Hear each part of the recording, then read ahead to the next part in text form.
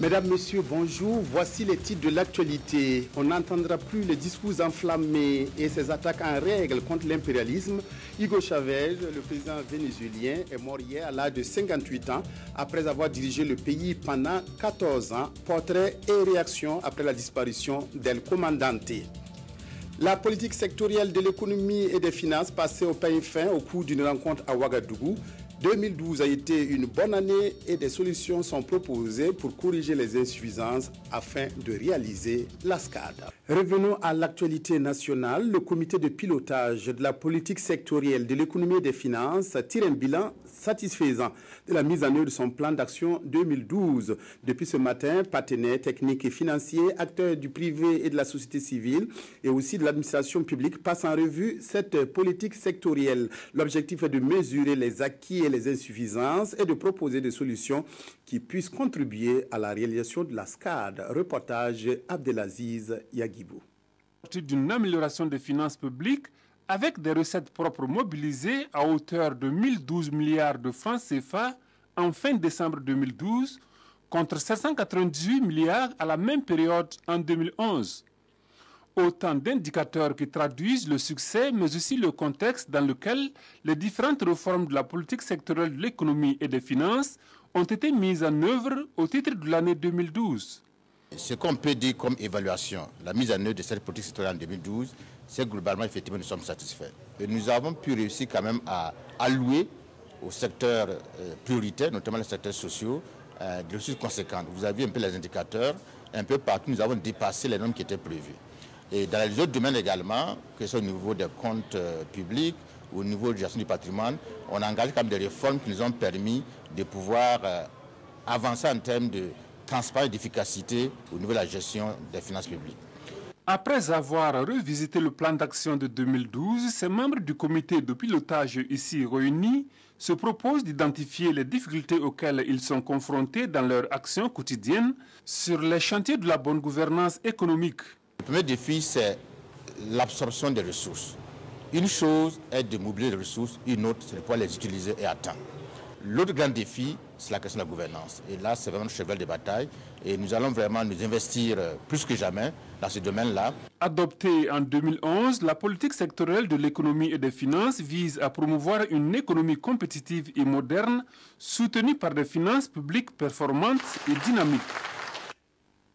Gestionnaires de plusieurs ministères et d'écoles de formation se retrouvent à Bobo-Dioulasso pour se pencher sur la normalisation des pièces justificatives et des délais de paiement des dépenses de l'État organisée par l'École nationale des régies financières ENAREF. Cette formation de 4 jours vise à doter les participants de connaissances pour éviter bien des désagréments liés au non-respect des délais de paiement des dépenses de l'État.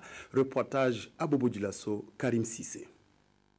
Le non-respect des délais de paiement des dépenses de l'État est souvent dû aux irrégularités des pièces justificatives des dites dépenses. Pour donc faciliter la normalisation des pièces justificatives en vue d'éviter tout désagrément aux fournisseurs de l'État, l'École nationale des régies financières, ENAREF, a organisé cette session de formation à l'endroit des gestionnaires financiers. Vous savez donc que dans les dépenses de l'État, il y a des pièces donc qui sont exigées et cela rentre dans le cadre, je dirais, donc de la gestion transparente des finances publiques. Ça commence d'abord par le respect de la loi. Que l'on soit d'accord ou qu'on ne soit pas d'accord avec la loi, il faut d'abord donc la respecter. Et pour nous, c'est essentiel de passer donc par cette étape-là. Mais c'est aussi de voir sur le terrain pratique comment tout ça se met en œuvre. Et puis éventuellement, parce que nous avons pour ambition également de faire ce nombre de propositions à l'administration, c'est de prendre également en charge donc, ces préoccupations-là que nous pourrons porter à qui de droit en ce moment. Pendant 4 jours, les participants vont être outillés sur un certain nombre de modules, entre autres, les points de contrôle qui gouvernent l'exercice du contrôle par les acteurs, les processus de l'engagement, de la liquidation et du mandatement et les délais de traitement des dépenses du budget de l'État, des établissements publics de l'État et des collectivités territoriales. Lors de ce séminaire, nous allons partager en module introductif un rappel sur les principes budgétaires, les acteurs chargés de l'exécution du budget de l'État, aussi bien en recettes qu'en dépenses, également le rôle des acteurs et leurs responsabilités. Et en deuxième module, nous allons développer les pièces justificatives des dépenses de l'État et des établissements publics. Le troisième module va contenir la normalisation des pièces justificatives et les points de contrôle sur chaque pièce justificative. Il est prévu dans les 6 mois à venir une évaluation des participants dans leurs services respectifs. Une évaluation qui permettra de se rassurer si ce qu'ils ont appris a été appliqué à la lettre. Les acteurs de la recherche en santé de la CEDEAO sont réunis depuis hier à Ouagadougou pour œuvrer à l'amélioration des systèmes de santé. Deuxième du genre, cette conférence scientifique est organisée par le réseau ouest-africain pour la recherche en santé. Reportage Wendelta Nathalie Kaori. Depuis 3 ans qu'il a été créé, le réseau ouest-africain de recherche en santé s'est fixé comme principale mission de promouvoir la recherche pour la santé afin qu'elle réponde aux normes internationales.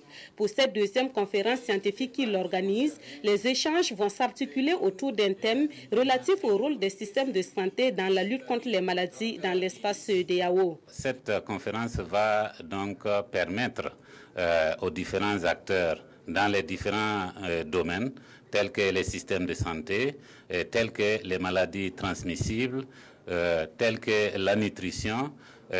Tous ces thèmes-là vont être partagés entre les participants.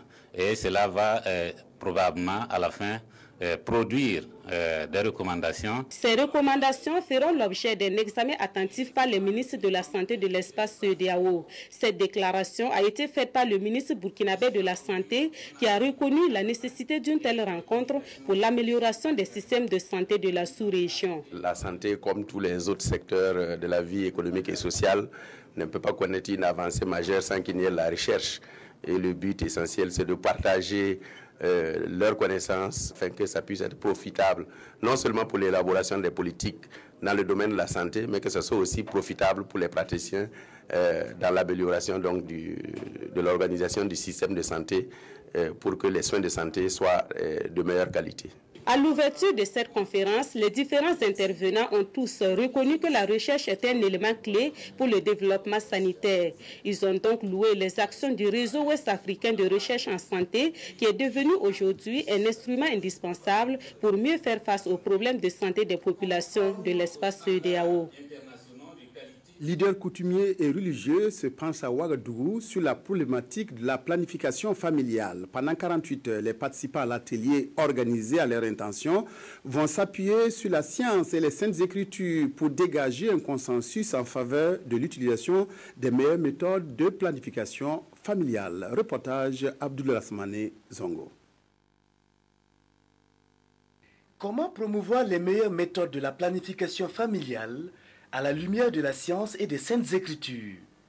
C'est à cette grande question délicate que tenteront de répondre leaders religieux et coutumiers ici présents. Les religieux et coutumiers ont compris que la santé des différentes composantes de leur communauté passe par la planification familiale. Et une population maîtrisée pourrait conduire donc à une bonne gestion du cadre de vie, une bonne gestion de la fécondité, une bonne gestion de la vie en général. Il s'agit pour eux de dire, en fonction de leur foi, quelles sont les méthodes qui sont acceptables pour leur communauté et qu'ils s'engagent donc à faire la promotion de ces méthodes. Au niveau du Fonds des Nations Unies pour la population, notre contribution est d'accompagner ce genre d'initiative et d'aider le gouvernement parallèlement à mettre en place une gamme complète de méthodes de planification familiale afin qu'en fin de compte, chaque femme choisisse la méthode qui lui convienne. De fortes recommandations sont attendues de cet atelier de formation de 2 jours, axé sur la promotion de la planification familiale, afin de contribuer à l'amélioration de la santé de la reproduction. Une vaste étude sur la prise en charge des groupes vulnérables par les communes du Burkina a été réalisée à l'initiative du Fonds Enfants en collaboration avec le ministère de l'Action sociale et de la Solidarité nationale. Elle a mis en lumière de nombreux problèmes et formulé quelques recommandations. C'est pour valider cette étude que s'est tenu le 28 février dernier à Ouagadougou un atelier national. Boukari Ouedraogo. Cette étude qui s'est penchée sur les opportunités et les contraintes liées à la prise en compte des groupes vulnérables par les communes du Burkina Faso est le fruit d'une étroite collaboration entre le ministère de l'Action sociale et de la Solidarité nationale et le Fonds Enfants. Elle a touché 120 communes réparties dans les 13 régions du Burkina Faso et a révélé d'énormes insuffisances dans la prise en charge des personnes en situation difficile dans les communes. Absence de méthode, d'approche, de stratégie et de politique de leur prise en charge, méconnaissance de la politique nationale d'action sociale. Elle révèle également que la question du social n'est pas suffisamment intégrée dans les programmes communaux. Fort de ce diagnostic, les consultants ont formulé des recommandations à l'endroit du département en charge de l'action sociale, des collectivités territoriales et des partenaires au développement. Des recommandations à l'endroit de collectivités territoriales qui, entre autres, s'articulent autour de l'élaboration des stratégies spécifiques à la protection et la promotion des personnes vulnérables, l'identification des mécanismes pérennes de financement des actions en faveur des groupes vulnérables et également de faire des diagnostics en ce qui concerne les groupes défavorisés dans chaque commune. C'est des résultats quand même suffisamment à la hauteur des attentes. Et cette étude a mis en exergue la nécessité effectivement d'accompagner les communes dans la mise en œuvre des politiques sociales et d'action sociale au sein de ces différentes communes-là. Avec cette étude se profile à l'horizon des lendemains meilleurs pour les personnes vulnérables car leurs situations seront désormais intégrées dans les politiques communales. Nouvelle traque contre les huileries installées frauduleusement dans la ville de Bobo-Dioulasso. Elle a eu lieu lundi dernier. L'opération initiée par la direction régionale de l'inspection des affaires économiques des Hauts-Bassins visait à vérifier le maintien en l'état des machines mises sous scellé le 21 janvier dernier. En d'autres termes, il s'agissait de prendre des mesures répressives à l'encontre des contrevenants. Adi Sandamba, reportage. Il s'agit là de la production d'huile alimentaire et d'aliments pour bétail. Nous sommes dans la zone industrielle de Bobo-Dioulasso. Tout comme ici, ce sont plus d'une vingtaine d'unités frauduleuses de fabrique d'huile repérées et mises sous scellé par la direction régionale de l'inspection des affaires économiques des Hauts-Bassins il y a environ 45 jours. Et aujourd'hui, la structure procède à la vérification des scellés. Constat, aucune machine sous scellé, les employés vaquent à leurs tâches quotidiennes. Vous voyez que là, c'est une violation manifeste de la réglementation en vigueur. Et comme nous l'avons dit plus haut, un État responsable ne peut pas permettre que des opérateurs économiques violent allègrement la réglementation pour produire des produits finis qui ne sont pas aux normes et qu'on laisse les gens consommer ce genre de produits-là. Et sur le terrain, certains promoteurs trouvent une explication à la poursuite de leurs activités après avoir versé une amende. Quand vous êtes venu sceller, vous n'êtes pas venu enlever. Quand vous avez demandé aux gens de payer des amendes, on a payé des amendes, on n'est pas venu enlever. Oui. Ou bien. Donc moi, je voudrais souhaiter que si vous venez sceller, si vous nous convoquez, vous repassez voir. Vous avez vu, on est en train de faire des investissements. Au lieu de nous encourager, hein, vous avez vu la raffinerie, la machine, c'est des investissements. Est-ce qu'à nos âges, là, si on courait derrière le ministère, ils n'ont qu'à chercher, le ministère de la Jeunesse, ils n'ont qu'à chercher de l'emploi pour nous, ils allaient le faire.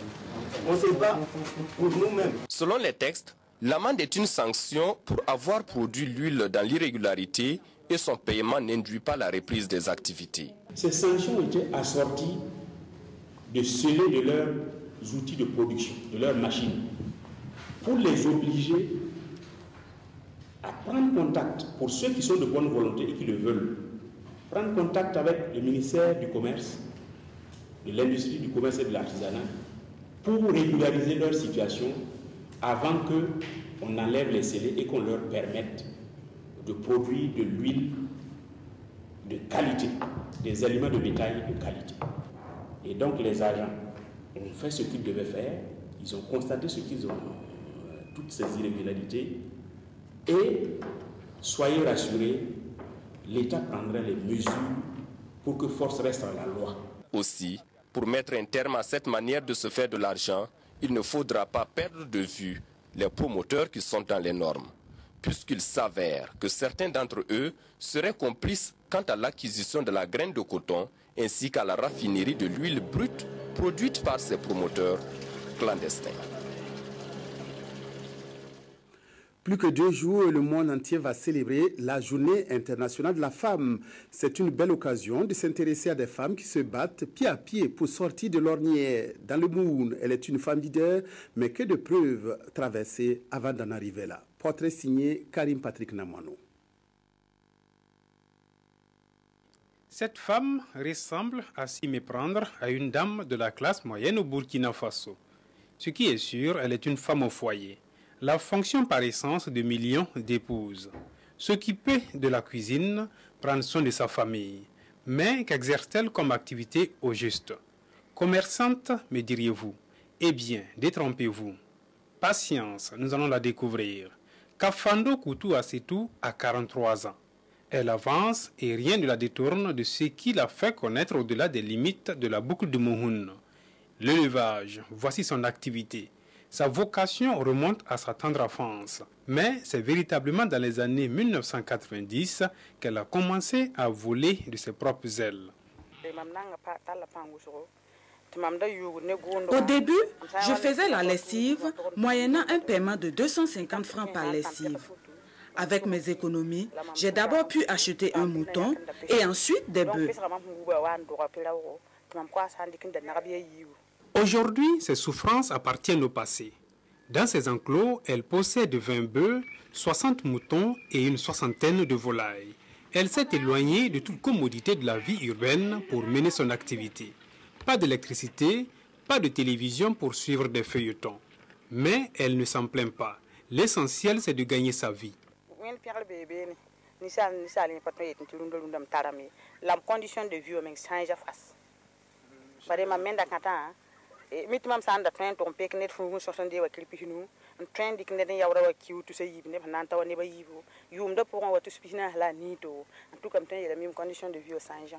Hier comme aujourd'hui, Kafando Koutou Assetou bénéficie de l'appui financier et de l'assistance technique des ONG, des ministères en charge de l'élevage, de l'agriculture et surtout de celui de la promotion de la femme et du genre pour mener son combat.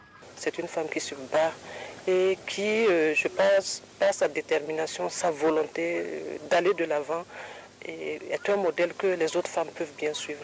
Parce que à voir ce qu'elle fait, vraiment, c'est une femme qui force l'admiration. Le commérage, le vol et la paresse, voilà ce que déteste Koutou Assetou qui pense qu'être femme n'est pas une fatalité. Mais d'où tire-t-elle l'énergie nécessaire pour s'occuper des animaux et supporter les odeurs, les nuisances sonores et les piqûres de moustiques et autres insectes?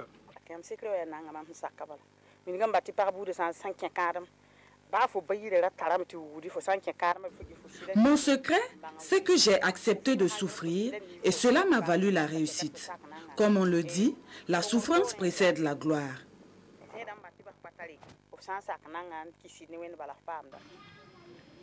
Mère de 4 enfants et avec 18 personnes à sa charge, Madame Kafando fait la fierté de son époux, ancien transporteur. Il se contente aujourd'hui de mécanique.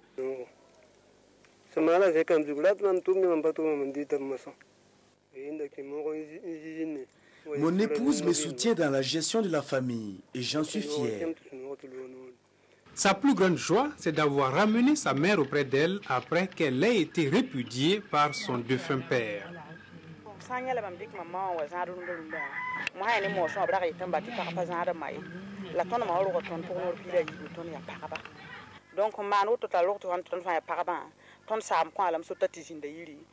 Ma mère a été répudiée pour n'avoir mis que des filles au monde. Aujourd'hui, ma condition de vie s'est améliorée et je suis allée la chercher pour m'occuper d'elle.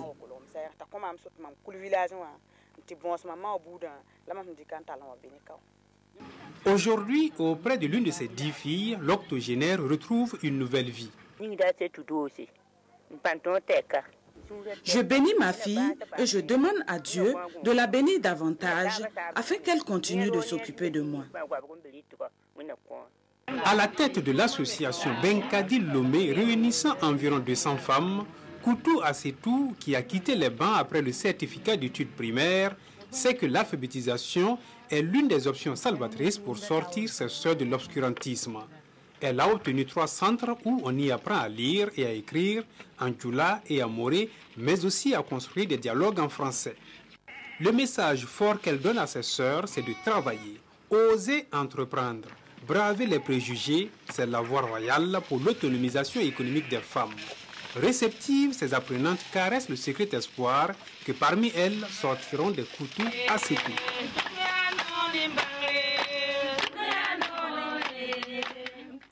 Une nouvelle mosquée pour le village de Gouri dans le Kouritenga. Elle a été inaugurée le 1er mars pour servir de mosquée de vendredi. Pour l'occasion, les fidèles musulmans et les ressortissants de la localité ont répondu massivement à l'invitation du donateur qui souhaite faire de cette mosquée un lieu de dialogue pour renforcer la cohésion et la concorde. Nyarkiteda.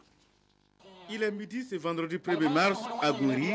Nous sommes à une quinzaine de kilomètres de Koupela dans le Kouritenga. Les fidèles musulmans répondent à l'appel du muezzin.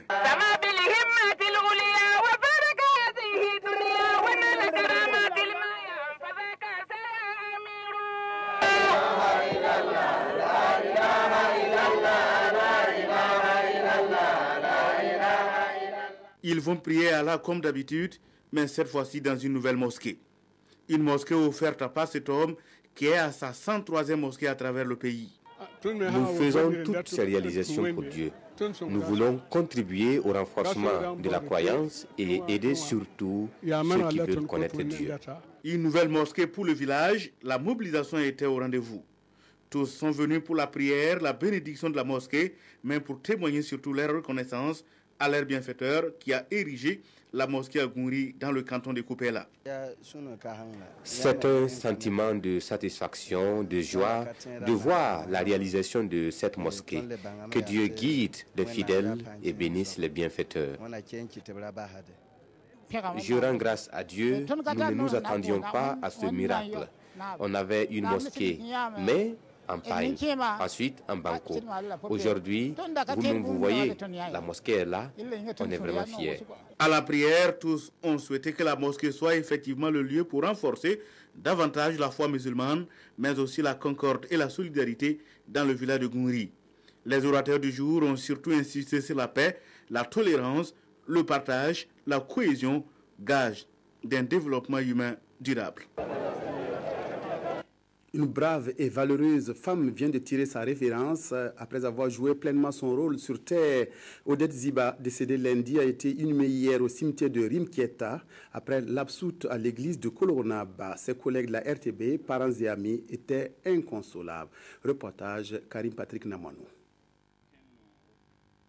La cour mortuaire, première étape du dernier voyage sur terre de Gabou Odette Ziba. La famille, les parents, amis et collègues sont réunis pour le recueillement. On procède aux bénédictions de la défunte avant de la convoyer dans la demeure du Seigneur, deuxième étape avant les adieux. À l'église de Kolgnaba, où elle a été baptisée en 2008, Gabou Odette Ziba ne ratait pour rien au monde aux célébrations des messes de 5 heures du matin. Active dans la communauté catholique de base, secrétaire générale de l'Association des femmes catholiques, la regrettée reçoit ici aussi des bénédictions à cette célébration eucharistique. L'Église famille lui rend un dernier hommage, ses enfants aussi. Après la maison du Seigneur, le cap est mis sur le cimetière de Rimkieta, dernière demeure de Gabou Odette Ziba. Tristesse, douleur se lisait sur le visage des parents, amis et collègues. Mais debout comme un seul homme, le cœur meurtri, ils sont tous aux côtés de la famille pour cet ultime hommage. Odette Ziba, épouse Bazier, que nous appelons affectueusement la Coro de Val ou encore la Coro de V, pour simplement dire qu'elle avait de la valeur à nos yeux. Odette, tes consoeurs de la PAC, de la RTB, retenons de toi une brave femme, pétrie d'expérience, de sagesse, d'humilité et de piété, parce que tu étais le bon exemple. Ton sens élevé du service public t'a valu d'être porté à la dignité de chevalier de l'ordre de mérite des arts, des lettres et de la communication. Bien plus, Madame Ziba Odette, nous n'oublierons pas de sitôt les qualités humaines qui ont toujours été les miennes et les tiennes. Madame Gabou Odette Ziba, que tous pleurent aujourd'hui, est née en 1958.